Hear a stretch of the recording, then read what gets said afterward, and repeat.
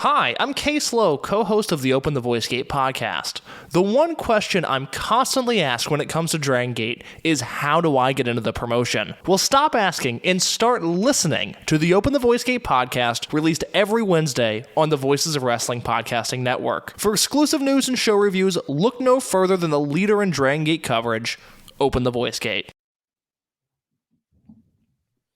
This podcast is a member of the Voices of Wrestling podcasting network. Visit voicesofwrestling.com to hear the rest of our great podcasts, as well as show reviews, columns, opinions, and updates across the world of wrestling. Competition starting to get thick, it's the click, so I hope you watch your A game. A man, no lanes on the track when we unite and spit. This isn't A game, better bring your A game. Competition starting to get thick, it's the click, so I hope you watch your A game. A man, no lanes on the track. Hey now, it's the Mike and JD show, and I'm your host, Mike Gilbert, and the man himself is back. JD, by God, I lost his video feed there. I did. JD, are you here? Can you hear me? Yeah. I don't know what's going on. I'm having one of those nights tonight, man. This is just unbelievably frustrating. Just talk about yourself for a second. I'll be back. Okay. JD will be back.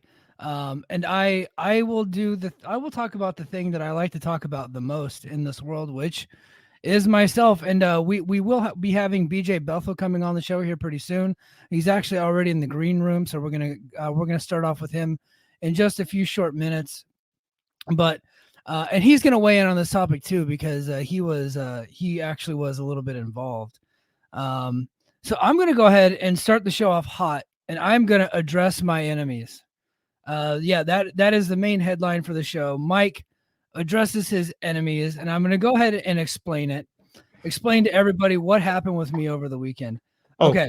I'm glad I'm back for this. Yes. Okay. So in the lead up to Slammiversary last week, Jordynne Grace went on, I think she was being interviewed by Sports Illustrated. So a big publication, a big website. And in that interview, she said, talking about Slammiversary, she said the surprises are going to be even bigger than people realize. Now, she is the only one at that point. TNA did not advertise any surprises. Typically, TNA, like on their show, will tease surprises. They had not done anything like that. So she was just saying it. She said the surprises are going to be bigger than people even realize. And then she goes on to say TNA and NXT do surprises better than any other promotion. Okay. So that's what Jordynne Grace said to Sports Illustrated. Now, in her defense, she is just promoting a show. She's being a promoter at that point. Was that a bit strong? Of course, it's a bit strong, but that's what you do when you're promoting a show. But when she said that, AEW fans took that because now TNA is in the culture war because they're in bed with WWE. So now they have to. They're part of. They're a part of the stones that are being thrown by AEW fans, the tribals. So because of that, AEW fans thought that she was taking a shot at them. And I was kind of having some fun with that. Me and Scott had a little bit of fun with that on last week's show. I had some fun with that on Twitter, kind of making fun of AEW fans thinking that everything is about them. That's what happened, right? So, and then we get to Slammiversary, and match after match goes by.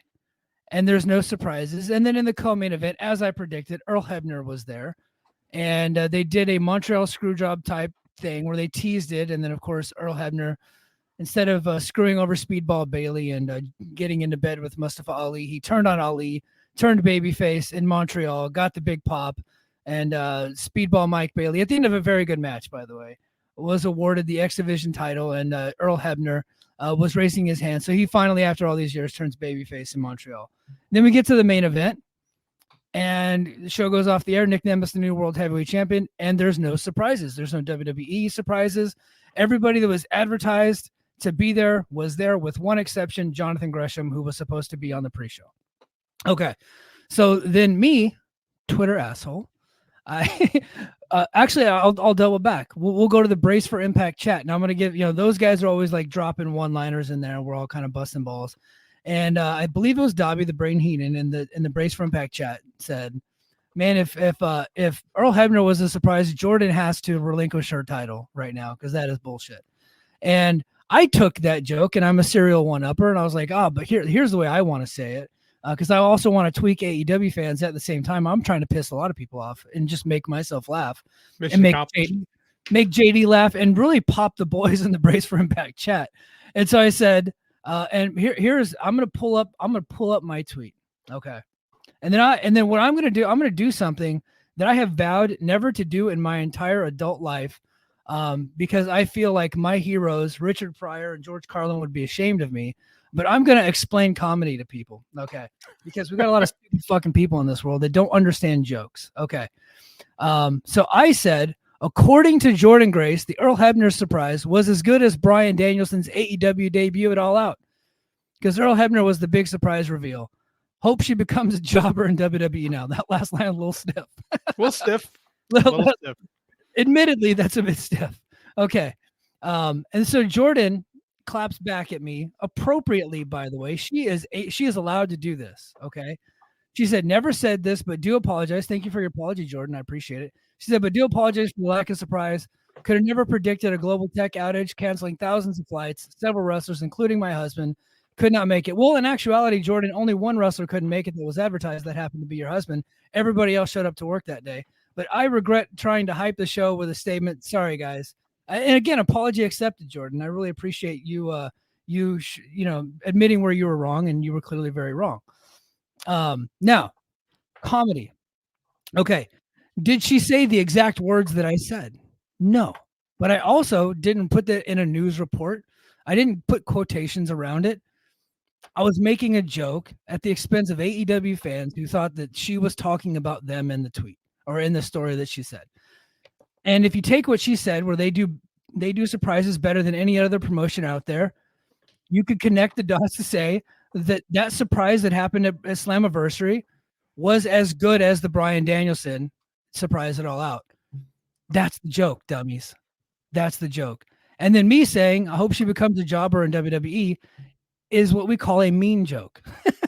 That's just me being a dick for laughs. Okay. Now, Jordynne quote tweeted me appropriately, clapped back at me, and I have no problem whatsoever with Jordynne, with what she said. Her quote tweet I thought was completely fine. She explained things. She, got some of her attack dogs on me. I can handle that. When I'm saying those things on Twitter and I'm kind of being a jerk, I open myself up to stuff like that. And I want to correct somebody that said something to me, that sent me a message and said, Jordynne shouldn't be punching down like that. And that fucking pisses me off because nobody punches down to me because I'm not beneath anybody. I don't give a fuck if they're more famous than me or if they got more money than me. Nobody in this world will ever punch down to me because I'm not beneath anybody else, right? And so when I'm tweeting like that and I'm making jokes and I'm opening myself up for that and I'm insulting people that are famous, they have every right to come back at me. She had every right to say what she said. Where I have a problem is dumb Chelsea Green. She responded to that and she looked at my Twitter profile and said, oh, that last line about being a jobber is gross. You're a girl dad. You should know better than that. And I was like, that is the weirdest tweet anybody's ever tweeted me. And I've had some pretty weird tweets. She took that last line that I said and made it seem like I'm a sexist and I'm a bad father because I made a joke about Jordynne Grace losing wrestling matches. Guys, those matches ain't real. Okay. The promoter gets to pick who wins. And if she's winning or losing, she's getting paid the same. And I happen to really like Jordynne Grace. and I'm a big fan of hers. And no, I don't want her to go be a jobber in WWE. That's the part of the joke. That's the funny part. That the people that know me, the people that follow me, and the people that listen to this program understand my humor. They understand my sarcasm, and they got the joke immediately. And if you just strolled by on my timeline and you saw that and you were upset about that joke, I don't give a shit what you think. You can go piss up a rope and jump in a lake. I really don't care about you. I don't care about your feelings. I don't care what you think. Okay. Now, Chelsea Green, I have to apologize to Chelsea Green because when I made that tweet and I said that word jobber, I didn't realize Chelsea knew how to use the internet. So I didn't think that she could be able to read that stuff. And in fact, to go even further, I was unaware that she knew how to read. So Chelsea, I'm apologizing to you right now. I had no idea that you were able to do those things. Okay. But for you to sit there and call me a sexist and then I'm a bad father because I said the word jobber, you're a dummy, Chelsea. You're an absolute idiot. This lady sent thousands of people after me, which I muted, by the way. I had people telling me that they hope my family leaves me. I had somebody tell me that not only they hope my family leaves me, that they hope my family leaves me and that I kill myself. I had people saying mean things about my kid, mean things about my family, all kinds of stuff, all because you misinterpreted joke and you want to get the word jobber canceled. Okay. And look, if you're offended by the word jobber, that's fine because that's what you are. So I understand why you're offended by that. That makes sense to me. Now Dustin Rhodes comes out and he is a gentleman. He's a professional, and he actually made a tweet saying why he doesn't like the word jobber, and I respect him for that. I respect that. What Chelsea Green did was she's offended by that, and she's assuming that I should know that she's offended by that. And instead of explaining to me, she just went on Twitter and said that I'm a bad dad and that I'm a sexist. Right? She didn't explain it to me because I don't know that that's an offensive word. In fact, Al Snow put that word into my lexicon when I'm 13 years old. That's just a word that I've been using my whole life. Oh, you mean like the Job Squad? That one? Like Job Squad. Yeah. Oh, okay. So now you guys are trying to make it into a racial sexist type of slur. Now that is becoming a slur, and we did not find out about that till this weekend. But you can't get mad at me for saying a word that I didn't know was offensive because I just didn't know. So I really don't care what Chelsea Green thinks, if she's even able to think, because if she really thought things through, she wouldn't have said what she said and sent her attack dogs after me. And for all those people that came after me, I don't care. I got the thickest skin imaginable. You guys can't get to me. You guys can't hurt my feelings. You guys can't do any of those things. It's just not possible. I'm unflappable. You guys can't get to me. It doesn't matter. And for everybody, I really appreciate you. I had people texting me, sending me messages, checking on me. Yo, I was fine.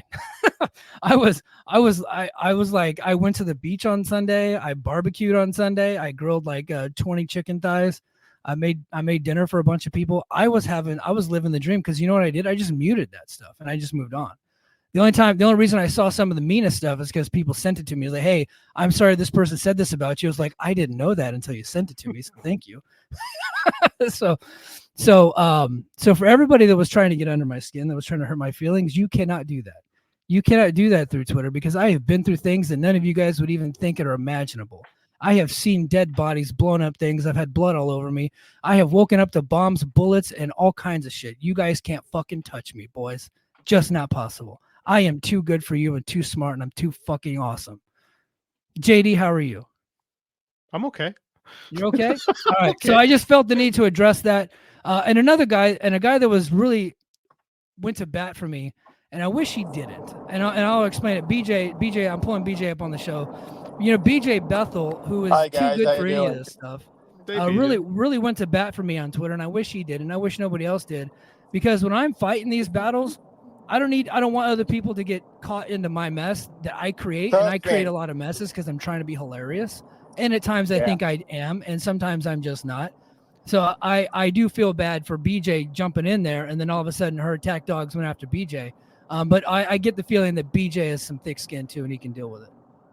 Actually, you're right. I regret ever jumping in and helping you out.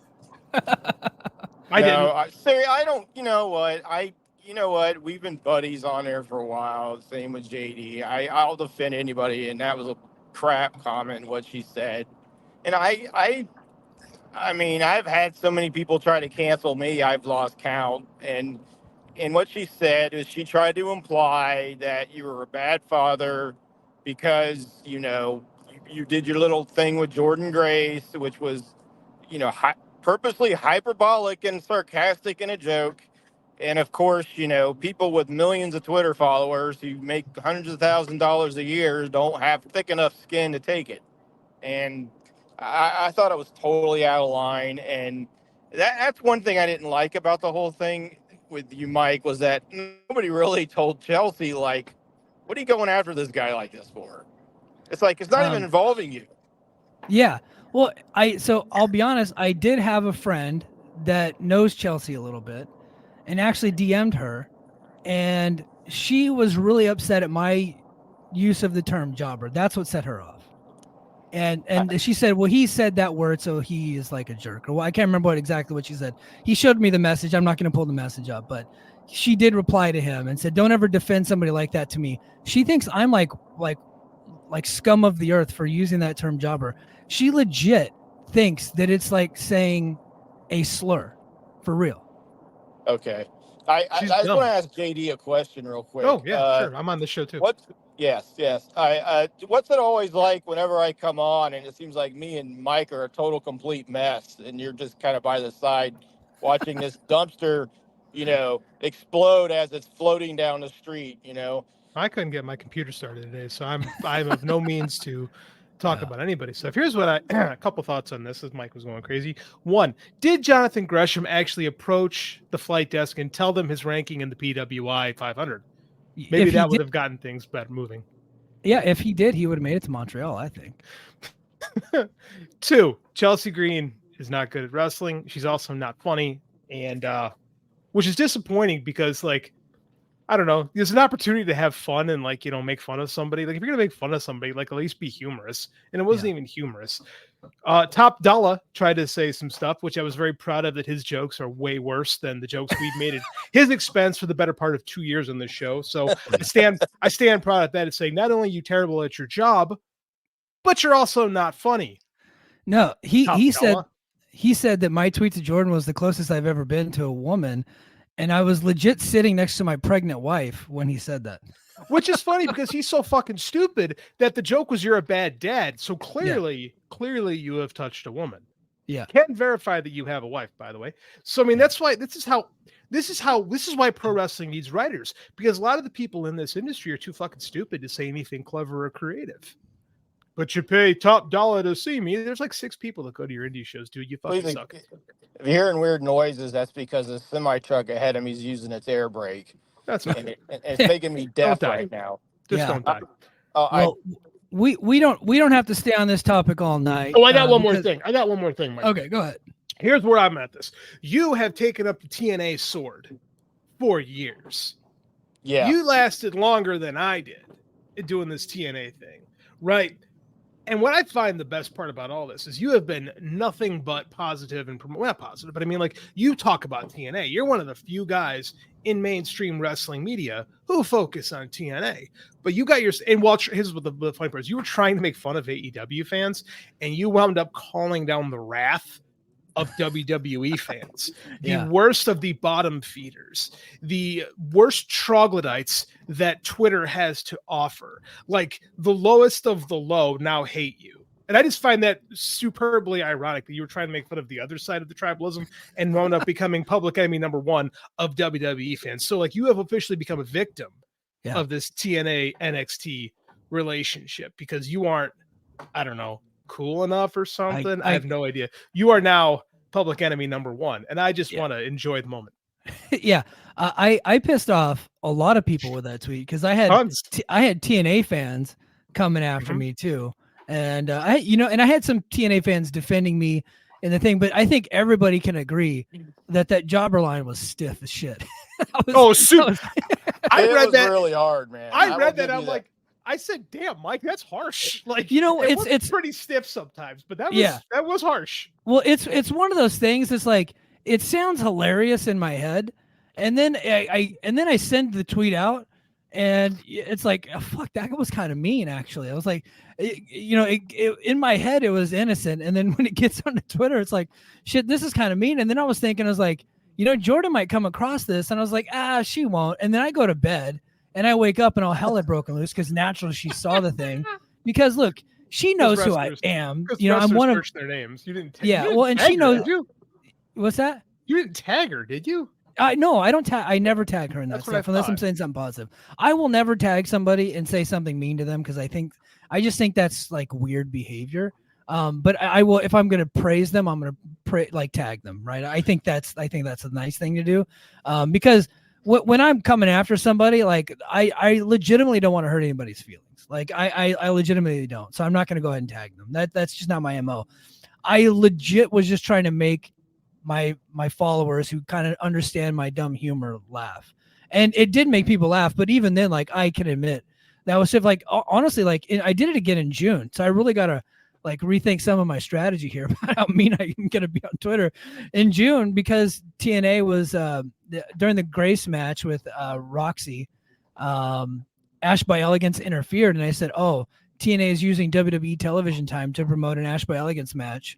And then I just put go out of business. And I was like, that last line was very stiff, right? Like super, but it's also, I feel like it's outrageous and funny. And I think stuff like that is funny. But I could see why someone's like, they're not really interested in that humor. And that's fine. Look, if you guys don't think I'm funny, well, there's you don't have there's to a solution. There's a solution to people who don't like somebody's humor. That's you don't follow them and you don't read their stuff. It's just like, okay, I don't like that he bashes jobbers or uses the word. I'm not gonna follow that guy. I mean, that's a choice you can make. But I think another thing that's to your side on this is that job has become jobber. The term job. Now I understand wrestlers might get offended because there was always this group of job guys in 80s, 90s wrestling, early 90s wrestling, where you just had regular guys that hung around that were playing tights, and basically they got paid to get beat up for 2 minutes and squashed on TV while they promote the better matches at house shows. Yeah. But since then, this is a word that has become massively used in politics, sports talk radio across the world. So it is not to the major mainstream. It's a term that people use.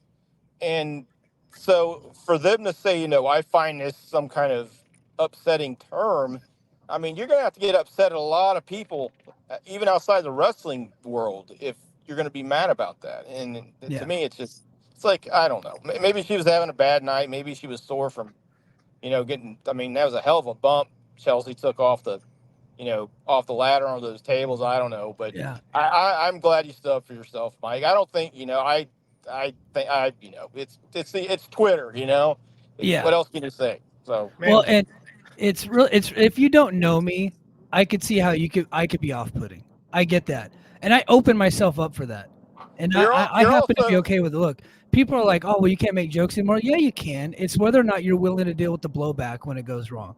I'm willing to deal with it. What I don't like is my friends getting involved and then people coming after them. And so my message to people is, if you see me drowning, just know that I muted that tweet and I'm not reading any of that shit. Oh, I didn't. That's why I didn't come to your defense. I figured this whole thing entertained you. Yeah. Hey, BJ. Well, so the real reason why we brought you on, and I think a lot of people are in the chat. They're already starting to talk about it, and I want to get some of your insight. I actually earlier this week did kind of like, I'm not really doing aggregate articles. I don't really like that term. I'm not doing that. Oh, that's not a slur, by the way. Aggregator. It's not a slur, but I'm not doing that. But I did take to like the free tier on our Patreon and kind of commented on one of your articles and use it as source material for one of my own articles. So earlier this week on SE Scoops, you kind of broke the story that AEW and WBD had an agreement in principle. And kids, if you're listening to this, wrestling fans specifically, if you're listening to this, Google the term in principle, and I'm sure Uncle BJ is going to explain it to everybody. That does not mean they have a signed agreement.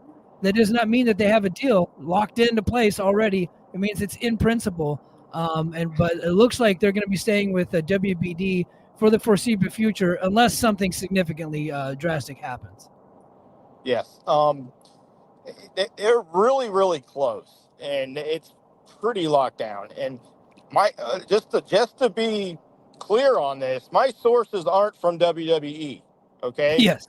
Which apparently it's turned into this whole thing where Brandon Thurston asked Tony Khan about my article, and then Tony went off about, because I guess people in WWE PR, probably Crystal Gentle and Nick Khan, from what I've been told, have been, and I wasn't told this by Brandon or anybody else. This is from other people that they've been trying to spread some disinformation or negativity about AEW's upcoming TV deal.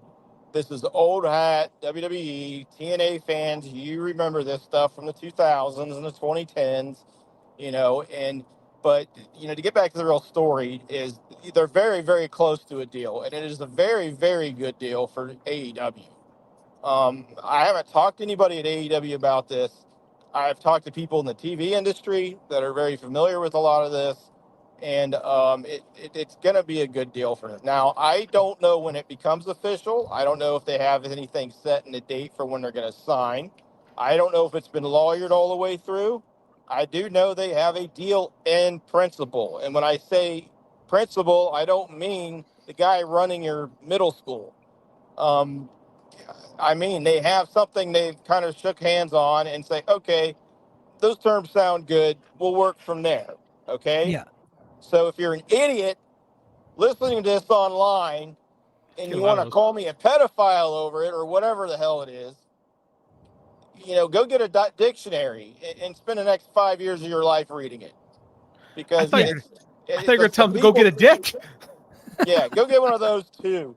Yeah. But yeah, I don't want to be, I don't want to be like crazy over this, but it's like it's easy. It's deal in principle. And it's like, it doesn't mean anything about WWE. It doesn't mean anything. It just means they have a deal in principle. It's news, And it's a good thing. It means they both sides have an idea of what looks right for them, right? And they're really close to putting pen to paper. But BJ, I do want to clear the air on this, because I had some people tweeting me like, "Hey, BJ's your friend. Did he say this?" And I said, "No, he didn't say this." But and Sean Ross Sapp never said that you said this either, but he did an article for Fightful, and he said that there are reports out there that a deal is imminent, but I can confirm that is not the case. BJ, you never said that a deal was imminent, correct? No, I have never said that, because I don't know when it's going to get signed. I mean, they got the Olympics ahead. From what I know, Warner Brothers Discovery is a small office, and they still have the team. They still have the NBA thing they're trying to figure out. Obviously, the NBA rejected that offer today. That's probably going to go to court. That's a big thing for them to handle. And there's the Olympics coming up. David Zaslav's supposed to be out there. Sapp reported that, and so's Tony Khan. You also have football training camps that just started this week. You have the Ring of Honor pay-per-view coming up. There's a lot of things that could happen that are happening right now that could keep this from happening, right? A signing being imminent. I mean, it could go into September. But I've been told enough and sourced it enough to know that they're really, really close to a deal. It is in principle, and it's not signed. It is not official. It has not been notarized. It has not been stamped. It's nothing like that. They have a deal in principle. It's a very, very good deal. It's a deal, I believe, from what I've been told and what the people involved have been told, believe will happen. When this is all said and done, they will end up having content on Max, the streaming service. It also will, I guess Tony mentioned a little today that they've even discussed Ring of Honor with Warner Brothers Discovery, which if that's something that helps Warner, if that's something that ends up on Max or maybe True TV, is a huge boon to AEW. And this is all great news for the wrestling industry, because this means your wrestlers are going to get paid more. They're going to be taken care of more. There's going to be more wrestlers coming. There's going to be more wrestling on TV. There's going to be more competition. It's not going to be a monopoly. And maybe you'll see other investors get involved in other companies. Look just how well TNA's been over the last year. So that's what I got on this. And I've been given ballpark figure numbers. I'm not saying them because I don't want to go there, because I don't have anything official in stone. I don't think they do either. I think they have a pretty close idea on what they've agreed upon. And I think that once this is official, people are going to be surprised at how well of a deal they got. BJ, I want you to understand what you've just done. You have completely killed our YouTube numbers now, because you said something positive about AEW. And that just doesn't play with the algorithm. It has to be all doom and gloom negative, or no one's going to watch our show. I'm sorry. That's just the rules. I don't make them. Yeah. Okay. It's just, I don't know what to say. The thing is like, Meltzer's mentioned this a bit before, but it's like the TV industry views AEW as a huge success. The way wrestling fans view it, where you're on Twitter and you're dealing with bots and trolls and angry fans. And let's face it, even without bots and trolls, even in the 90s, 2000s on the internet, wrestling fans were a bunch of assholes. I Yeah. mean, we were talking about how dumb wrestlers could be on Twitter. You know, I mean, the wrestling fans. I mean, they find dumb and they keep digging below it. You know, and I'm not saying that about everybody, but I'm saying there's people like to be miserable, and they follow all sorts of culture. For some reason, wrestling fans have a lot of them. They like to be miserable. But I can tell you this TV industry views AEW as a big success. And I mean, people don't realize, they draw more than the average NHL regular season game. They draw more than the average MLB baseball game, where they're getting 300,000. I mean, that's Rampage numbers. You're talking about the big leagues, baseball, you're talking about NHL hockey. I mean, and the one thing I had somebody in the industry tell me, it really stuck with me, was that it is almost impossible to create a top 5 show. And it's like every now and then you'll get lucky with a Yellowstone, which becomes like a huge hit, right? Which I hate that show. I'm more of a Justified guy. But anyway, but it's like it is hard. And let alone one that finishes number 1. Let alone one that beats most of the major sports in demos half the time. So this is a very successful TV venture. Now, could the booking be better? Could this be better? Could that be better? Sure. I mean, that's part of being a fan and discussing it and all that, and part of the internet era. But I mean, just strictly speaking about the deal and in the company, it's been an overwhelming success as far as TV people see it. The problem is that we have so many people that can't leave the Attitude Era. It's guys like Mike and I's age, right? It's people that grew up in this WCW, one WWF, Monday Night War. One has to be better than the other. One has to be winning, one has to be losing, and the losing has to die. Right? It's very Highlander. It's very Highlander on the internet. So I mean, like, we can't just exist, and they find me another startup sports league that's had this type of success, right? You can't say for the USFL or XFL. This is what I can tell you this right now, talking to not TV executives, but people that work in that realm. To go back to find something that's as successful as a startup, you have to go back to Melrose Place, which was pretty much the first venture of Beverly Hills 90210 and that production company. And they were becoming like the number 1 show on cable, on network TV. That's where you're at with AEW and cable. If you're talking sports leagues, you got to go back to the AFL in the 1960s, which was, the competitor to the NFL, and was, they ended up merging in 1970, but it was a huge league at the time. That's like been the only successful secondary sports league. And in all that time, maybe the USFL had some bright spots here and there, but Donald Trump ultimately killed it. I think UFC would kind of fit the bill there. But although they didn't really get on the cable until like 05. Yeah, UFC didn't have anything that could, like, even UFC was its own thing, though. UFC is a combat sport of its own, fixing martial arts. It was in an octagon. It was not. Now, if it was, let's say, taking on boxing, like they were going to have their own boxing style and do something like that, then you could say that's a secondary company. Oh, but okay. I see what you're comparing it to. Okay. I'm comparing it to having there's a larger company and then there's a challenger brand or a challenger company. As far as a challenger company or a startup, it's been very successful. UFC, I mean, I would, looking back at Ultimate Fighter, I think you could definitely make that claim, but they were much more of a pay-per-view show company. They weren't doing weekly television. Right. Yeah. I mean, Ultimate Fire wasn't on, it had seasons, but it wasn't on every week. It was a reality show. Yeah, it was a reality show, and it was a great reality show. The first season is some of the best TV I saw in forever. But it's been successful. Now, does that mean, that the company doesn't have issues? No. I think Tony Khan would tell you there's things he would like to see done different. I think that a lot of the people there would like to see things done different. But at the same time, I watch WWE and I'm like, there's a lot of issues on there.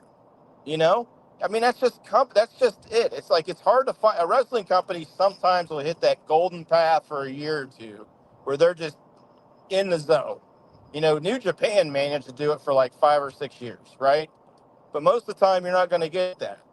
And I think right now, and I'll tell anybody this: if you've watched the 3rd episode of Death of WCW, and you don't like any of the wrestling right now, you need to go see a psychologist. Yeah. You don't like wrestling, is what it comes down to. Yeah. Hey, BJ, one thing that people are connecting the holdup on this AEW deal, the thing, and you brought it up a little bit, and I kind of want to circle back to it, is this deal between WBD and the NBA. So the I guess Amazon struck a deal with the NBA for, I think, what, $1.8 billion for their C package. Is that what I'm reading? Yes. Yeah. So NBA accepted that, and then WBD matched it. But now NBA has come out and said, no, you didn't match it because from what I'm seeing, Amazon is more of a global company. So they feel like that's the better deal. So it looks like this whole thing's going to end up in court, right? Yes. So this is pretty much how people saw it going. They would match Amazon, and the NBA would say, no, we're going with Amazon. And they gave several different reasons why TNT couldn't match. Because in the contract, if TNT matched, they get to keep the games. Now, the NBA is going to the NBA is arguing, no, they didn't match because, one, it's a global brand. And the other part was that, two, Amazon's paying all their money up front, whereas TNT, Warner Brothers, Discovery isn't. Some of it's going to be on a line of credit, which is not unusual to happen in the TV business. But that's the difference there. Now, how it works out is I think that TNT will get some kind of buyout. I think that's in their deal if they match, but they don't get it. So the NBA will have to pay them some money. I believe that's how the terms work. But people are asking, what's going. I mean, everybody knew ahead of time and has said this forever. And Dave Meltzer's bringing this chorus for a while, which was, even though this is really screwing with the wrestling companies, the NBA deal was going to get done first before there would be an AEW deal. And it was going to be hard for WWE at that same time. I mean, they were really wanting Amazon too. They ended up getting a really backloaded deal with Netflix. But they got a lot of what they wanted with that, which was global exposure and a lot of money. But it's this is just kind of how it was going to work out. Plus, I don't think people realize this. Turner's office right now is much different than it was back when AEW started. I mean, this would have been done. This kind of deal would have been done probably a couple months ago when everything was quiet, and it would have just been announced one day. I mean, they kind of did that on their first renewal, which was like 3 months into the birth of the company, which is something I've never seen. And is a huge accomplishment, but and of course they got more money last year. But it's just Zaslav's different, the office is different, and there's also a lot of different things happening. There's a strange corporate culture in the history of Warner Brothers that stretches back decades, that it's like no matter who runs it, no matter who's in charge, things are always backwards, and it's always kind of a disaster. I've joked with Mike on this show numerous times about the countless billions of dollars that have been spent on unmade Superman movies and stuff like that. It's like no matter who's in charge of Warner Brothers, no matter what iteration is, there's always seems to be issues. And this dates back to the merger with Discovery and Warner. And Zaslav comes from Discovery. Like, he made his bones with Dr. Pimple Popper and whatnot. And he is largely looked at as one of the worst executives in this. He's so over his head when it comes to stuff like running a studio. Warner Brothers has been a disaster since Zaslav took over, right? Yeah. It's been the one shining, like, I think they had a couple, like last year was a decent year for them. They had Dune 2 and Oppenheimer were successes, in Barbie. Like, they did good with that. But before that, complete and total disaster. DC has been a complete nightmare for them. They've had to reboot it because things were so bad Like in this again, the regime before didn't do a great job either. It's just the people who are running Turner seem to have their stuff together. Now that's not the case. Like Zaslav That seems to is be laughing. kind of this seems to happen today. You talk about going all the way back to Jamie Kellner and Warner Brothers buying Turner. It's just that Turner has their stuff together, then they get bought by a company that doesn't. And it turns out that maybe Turner should have been the company that bought out the other one. Well, You that's know, the it's thing. like, why was Discovery buying Warner Brothers? You know, Turner. Because- it's like, that doesn't make sense to me. It's like, why was AOL buying Warner Brothers? That should have not been that way. It should have been the other way around. The stronger company. It's a stronger company typically when you have these mergers, the company that's technically worth more money tends to run the show. And at the time, like we'll go back to 2000, AOL was a monolith in the world. Like they made so much money so fast. Remember, Mike, when we were kids, you would get AOL discs in the mail. Yeah. Like, hey, here's AOL. Here's AOL. You have AOL now. Like but again, that merger was a complete disaster, not for Turner or Warner, but for AOL. The AOL completely died off of that, and eventually it was spun out, and we get to where we are now. Turner wasn't exactly, if you read the Nitro book, which has its flaws. Guy Evans, I think, did a decent job talking about Turner corporate culture. Turner corporate culture had its issues too. So it's like no matter who's kind of at the helm of this, it's always been kind of a disaster. We're not exactly talking about Disney here, realistically speaking.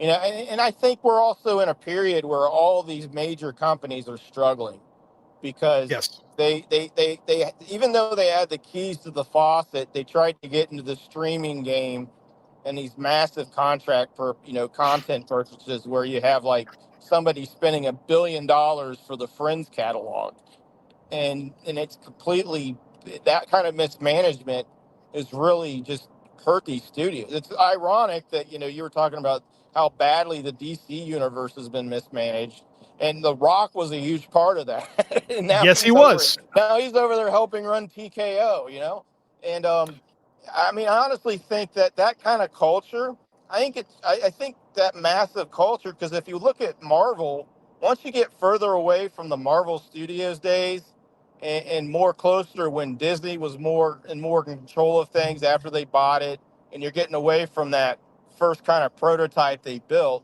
it's unquestionably worse. And I just think there's just too many people. There's too many cooks in a chicken when you're doing these things. And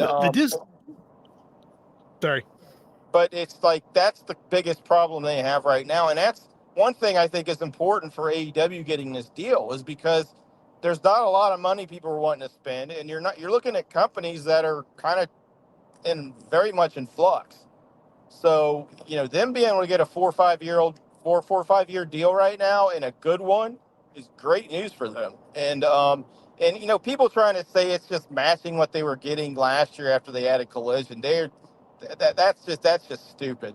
I mean, if people are actually reporting that, I mean, maybe it's coming from WWE PR, like Tony said. I do know that some places, I remember the Torch reported from WWE sources that CM Punk was going to AEW. I mean, this has been a thing going on for a while. And I'll just say this as a reporter for a long time. Don't listen to the competition. Don't write based off what the competition tells you in the story. Find somebody else that's either neutral or knows what's going on or you trust, and go from there. And I think he's got a right to be angry about that. But at the same time, it's like, this is just taking so much focus off of what, of enjoying the product or even the time we're in, that it's insane. It's this rush to be first, right? Especially with so many wrestling reporters who don't have training in media ethics or understanding how to source material, right? It's this idea that we have to run based on a subscription-based model, that we have to get the scoops, the Z out as soon as humanly possible, regardless of whether or not stuff is real. And WWE PR, we're talking about sharks, man. They know that if they get 2 weeks of people tweeting about how it's a worse offer, that's going to become the narrative. And then then reality doesn't matter. All that matters is who shapes the narrative. Yeah. And they really have I I covered the Russian disinformation campaign back in 2015, 2016. And, you know, a lot of people believe this thing never happened. Well, it did. I mean, people got convicted and got prison time for it. You know, there's evidence of it. You know, I wrote about it for the Sydney Morning Herald. And corporate culture was already dabbling in that, and they've really come to perfect it.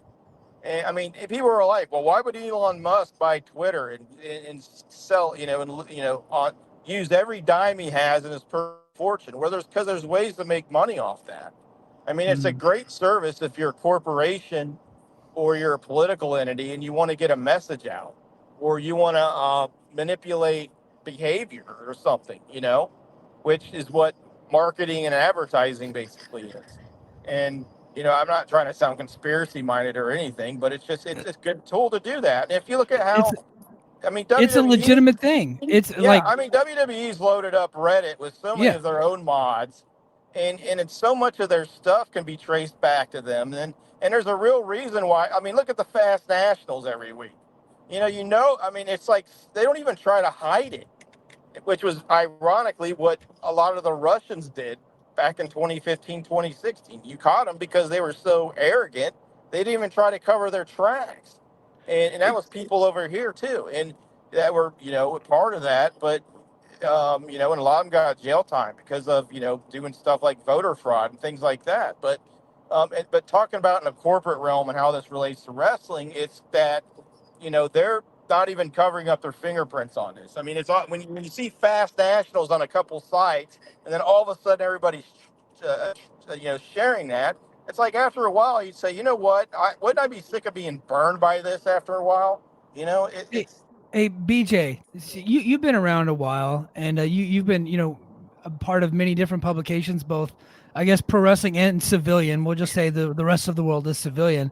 My military speak. How do I get somebody to send me these Fast Nationals? Like, how would I even go about doing that? Because I'll be honest, BJ, I do really want someone to send them to me because I want to read the email live on the show and expose who sent it. That would be great. I mean, it's very easy. Go to the boards that are posting them. I mean, there's a few that do it every week when they do it. I think, the Forbes guy gets it quite a bit. And they're not even really covering it up. And I think that's kind of the issue where, it doesn't pay to have credibility. It pays to be somebody's, kind of, being rigged for somebody to slant things for them because, you'll get favor from them. Maybe you'll get some tickets. You'll have a bunch of fans loving your reporting. A lot of what we're seeing now is what we saw like happening with partisan political media through the 90s and the 2000s. And it's now grown to where you're seeing it in sports, where there's almost like an Alex Jones for everything.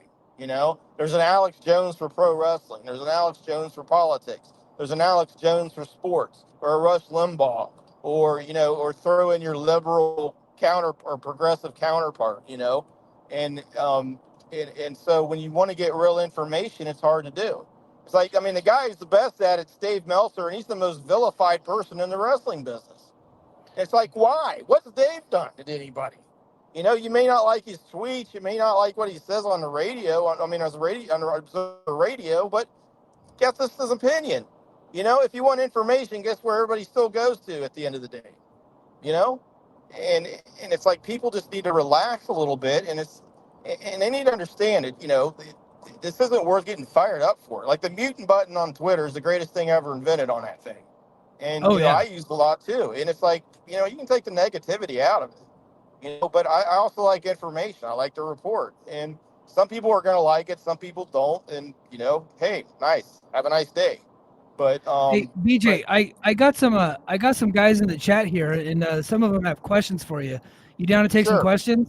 Yeah. All right, hey, everybody, if you're listening to this on Apple Podcasts, Spotify, wherever you get your podcasts, go to patreon.com/the Mike and JD show. JD and I had a full slate of topics that we were going to get to tonight, but I cut about a 20-minute promo to start the show, and I kind of threw everything off. So we're going to save that for our Patreon show. JD and I, after we go live here tonight, we're going to go right to another stream, and we're going to send that over to Patreon.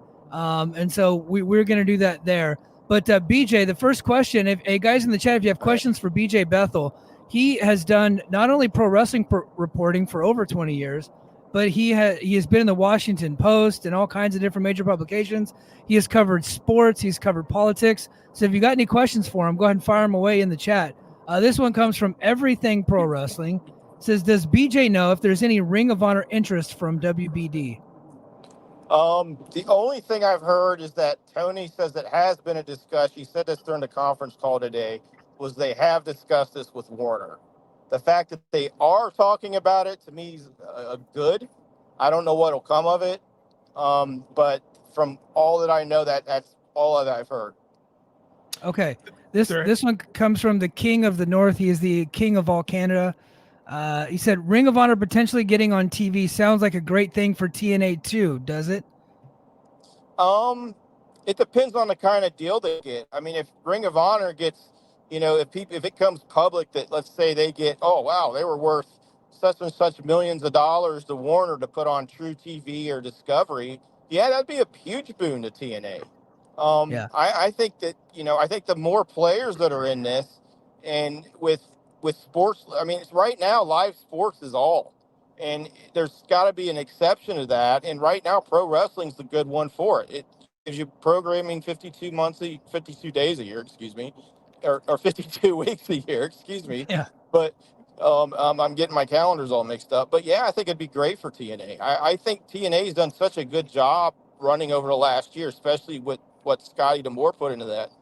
I think they're in a good position if this happens. Yeah. We actually got a question from Scott Steiner. I don't think this is the real Scott Steiner. And Scotty, I'm going to read your question, but I'm going to tell you right now, BJ can't answer the question, but I'm going to go ahead and fire it away anyway, since you took the time to type it. Said, this is from Big Papa Pump, Scott Steiner, brother of Rick Steiner, uncle of, what the hell's that kid's name in Braun WWE? Breaker. Braun Breaker, yeah. He said, is the deal in the 125 to 150 million a year range? Fittingly a math question. Yes. I'm not answering any math questions. There you go. Yeah, I didn't think. Look, I heard some numbers from like 2 or 3 different people earlier in the week, and they were a little bit above that. So, but but who knows what the number really is going to be? I think the shoe with the NBA has to drop. It will be very, very happy. If you're an AEW fan and you're AEW, I think it will be very happy with this. The numbers don't lie. That's right. Yeah. Unless inflation skyrockets or something, I don't know. But anyway, and seriously though, but that's you're going to be happy with it. I don't want to get into specific numbers, but they'll be Big Papa Pump. You'll get your hookup. that was bravo, BJ, bravo. Yeah, thank you. Done. Yeah. Hey, this is Mike from Hawaii asking a question, BJ. Hey, what is wrong with Joe Burrow? Why does he look like Eminem now? So apparently, I guess they had some kind of deal in the preseason where they decided they were going to get buzz cuts. Jamar Chase, T. Higgins, and Joe Burrow were the ones that are really committed to it. And they all go to the same hair, I guess, barber over in Florence, Kentucky. And I guess Burrow kind of said it was his idea. This is some local controversy because he said it was his idea from Athens High School, where he went to high school at and played football. And when they won the district title, they all buzzed their hair off. And he said he came up with it. But Jamar Chase says he came up with it first and was the first to cut his hair. So we'll see what happens. But right now, it was this kind of, and I guess Joe, being Joe, decided to add his own little touch and go with the Cody Rhodes, Eminem, Jonah Hill from the very beginning of the first catch jump, 21 Jump Street, 21 with the blonde lock look. And Joe says that it is definitely much cooler under the helmet, but he's getting a lot more sweat in his face, so he may have to adjust. Yeah. Headband. All right. We have a few more minutes left. And Sure. One topic I want to get to while BJ is on, but I want to kick it to JD first. And then this is how we will we'll close it out. JD, and I'm sure BJ did too. Did you guys watch Blood and Guts last night? And what were your thoughts on the match? I'll go first. It was all right. I mean, like, it was silly. It was stupid. I'm entertained by the AEW. I think the AEW plunder matches always come off to me a little bit more violent and dangerous than the WWE ones, so I typically like them more. I liked the chair shot to Jungle Boy's head because it's not my head. What do I care? You know? I thought the end was anticlimactic when Darby was going to light Jack on fire. Although we did see that has been established that Jack Perry can get lit on fire. Only when you've been doused with an oil and a film that protects your skin. Well, he was getting doused again, so maybe. But I mean, I don't know. Like, I thought the match was really good. I thought the crowd just absolutely erupted for Swerve. I think they finally got Swerve into a spot where he feels like the guy. I thought Mark Briscoe had a coming out moment, which I think his positioning in the company, I think, works out well with these rumors of ROH getting some shine, him still being the ROH champion. I just didn't like. I mean, I thought it was fine for what it was. A lot of logic gaps, but you know. I don't know. War Games always had logic gaps, even going back to the Dusty matches. So I mean, like, it was. I didn't like the ending, but I thought the match was fine. Yeah. How about you, BJ? I gotta echo JD. I thought it was funny in spots. I thought it was a good match. I thought Mark Briscoe came off as a star. I think this is a guy who's just always been a mega level talent, and he's never really got a chance to show it. I think a lot of it was because of how people, kind of stereotyped him and his brother. But he's just a guy who can flat out wrestle, loaded with charisma and energy. And he was the star of the match. I mean, some of the things I enjoyed, I don't know if it actually happened because when I was watching the replay, my TV kind of gave out. But I think there was a spot where, Obama's trying to, or Obama. God, I'm tired. Sorry. Okada was, he's trying to get over this a-hole gimmick so badly. And he's like, I guess he tried to do a rainmaker, then caught Briscoe in between the legs. And then somebody was writing about it. So I was like, well, that's something I wish I could go back and see because it sounds funny. But the Swerve, I thought the thing they also did very, very well was that they made Swerve a huge deal. Yeah. Like, he was even a bigger deal than Hangman. Like, when he got into the match, everything changed. It was 5-on-1, and he came out on top of that. And he's really becoming a strong champion. He's really becoming a star. That's one thing I think they've done well with him. And I think one thing it's attributed to that is because he's with Hangman. And Hangman's their best character. He's the protagonist, as I like to call him. And I think at some point they'll all have to, figure their demons out and be joint baby faces, I hope. But and hopefully that happens sooner than later. Should that be the all-in match, JD? Should that have been the all-in match? No, I don't think so, because I think you got Danielson. I wish Danielson cared about this match, quite frankly. On paper, it makes sense to go with Swerve and Bryan Danielson because you're trying to sell tickets. Bryan Danielson's a legend working toward retirement. I just wish we had a guy who actually gave a flying fuck about winning a title. That's something I can't figure out. I mean, like, I think that Hangman and Swerve has become like the second biggest feud in the history of the company, with Mox and Kenny Omega being the first. Yeah. So I think that it's reached that levels. Mike, I'm sorry, but we're gonna have to have a Kazuchika Obama T-shirt in our store. I'm gonna need that. That has to be a thing. Yeah, if I could get someone that can merge Obama and Okada into like a picture, like, and then we can do Kazuchika Obama. I think that would be killer. You can tell that BJ, like, during the day is like covering politics, and then he's got to come talk on to two wrestling idiots at night. Well, I can't wait to see your Kamala Harris T-shirt along with it. That should be great. Oh my God, we can do a whole line of stuff, dude. We do know a guy who teaches Photoshop at the high school level. So Yeah. Well, I mean, someone mentioned that Hulk Hogan did. Hulk Hogan went to the RNC because he didn't have to mess with Kamala again. And I'm like, well, first of all, it's Kamala, but that's still funny. It's still funny. It still works. Good. But yeah, I think I think the all-in build's been. I really don't like Danielson's attitude through all this. I know he's trying to be himself and all that, but he's got to show more. I mean, maybe this is part of how they're working this to the main event. I don't know. But, I mean, with Swerve, it's, I think it's important. I mean, because obviously I think they're going to put the belt on Danielson. And I think that if they don't and they keep it on Swerve, it doesn't help him at all if Danielson doesn't give a damn. You know what I mean? Yeah. It doesn't help Swerve at all. He's got to be up for this in character. And maybe this is something they're doing as a storyline. Maybe we'll figure it out. Maybe he sneaks into Danielson's house and starts dropping T-shirts on, in his kids' rooms. I don't know.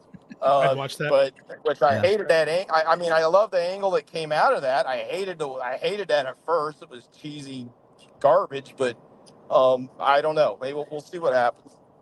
King of the North has a good point from the chat. He said he thinks the girls have kind of carried the build to the pay-per-view. And I gotta say, man, I don't think he's that far off, if at all. I feel like Mariah May and Toni Storm, and then of course Britt Baker and Mercedes Moné, who now has Camille Brickhouse in her corner as like her heavy, who I really loved in Beverly Hills Cop too. I thought she was great. Did you see those two at Comic-Con today? No, I did not know. Oh, Camille was dressed as Bane, and Mercedes was dressed as I can't think it was Joker maybe, I don't know. They kind of did a cosplay and raided the AEW press conference, and they got into a fight with Britt, and then Tony Khan said he had enough of them and said that he's going to put him in the match at at All In, and Mercedes did her heel thing where she said, "I told you she's the one person I won't wrestle," and the crowd loved it, but I love it. This is something that needs to be held. What's carried this company storyline-wise the last 4 or 5 months has been the women. Willow and Chris was great.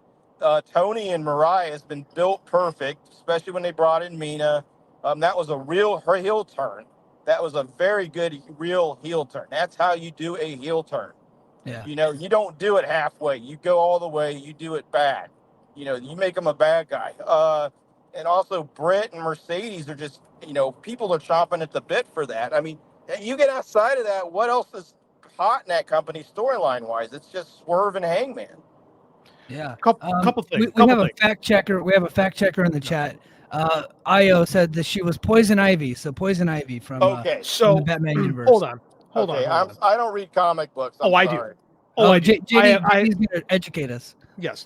So Bane and Poison Ivy is a reference to Batman and Robin, the worst film ever made as far as mainstream movie goes. Is that the George Clooney one? That would be the George Clooney one. Yeah. Okay, so, I saw that at 4 a.m. one night.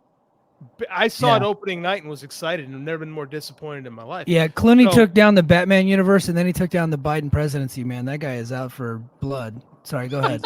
He's the Terminator, man.